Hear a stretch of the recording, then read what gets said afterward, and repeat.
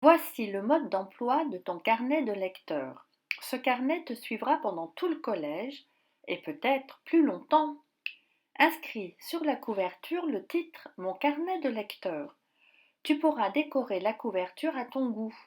En effet, ce carnet est le tien. Contrairement au cahier que tu utilises en cours, tu es libre de t'y exprimer à ta façon. Sur la première page, qu'on appelle la page de garde, écris Carnet de lecteur 2 suivi de ton prénom et de ton nom. C'est plus prudent si jamais tu le perds. Décore la page si tu le souhaites. Tourne la page. Colle les deux documents. Le premier s'appelle Qu'est-ce qu'un carnet de lecteur? Il explique tout simplement ce qu'est un carnet de lecteur. Et le deuxième document s'appelle Qu'écrire dans un carnet de lecteur? Il te donne des idées pour utiliser ton carnet. Nous lirons ces documents en classe attentivement. Tourne la page et inscris le titre Mon profil de lecteur. Garde 2 pages pour ce profil. Tu le rédigeras en plusieurs fois tout au long de ta scolarité au collège.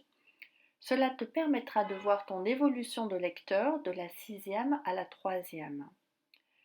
Sur la page suivante, inscris le titre Sommaire.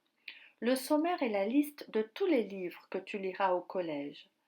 Garde 2 pages pour cela, car tu liras beaucoup de livres. Inscris le nom de l'auteur ou de l'autrice si c'est une femme, et en face, le titre du livre que tu souligneras car il faut toujours souligner les titres. Enfin, voici la première page que tu vas rédiger personnellement.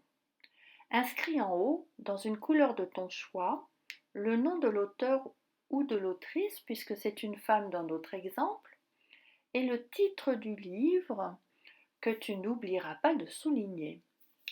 Écris entre parenthèses roman, c'est le genre du livre. Il existe beaucoup de genres différents, comme le théâtre, la poésie, les bandes dessinées, les mangas. Sur cette page, tu vas écrire tes premières impressions de lecture. On appelle cela un arrêt dans la lecture. Mais tu peux t'arrêter dès le début.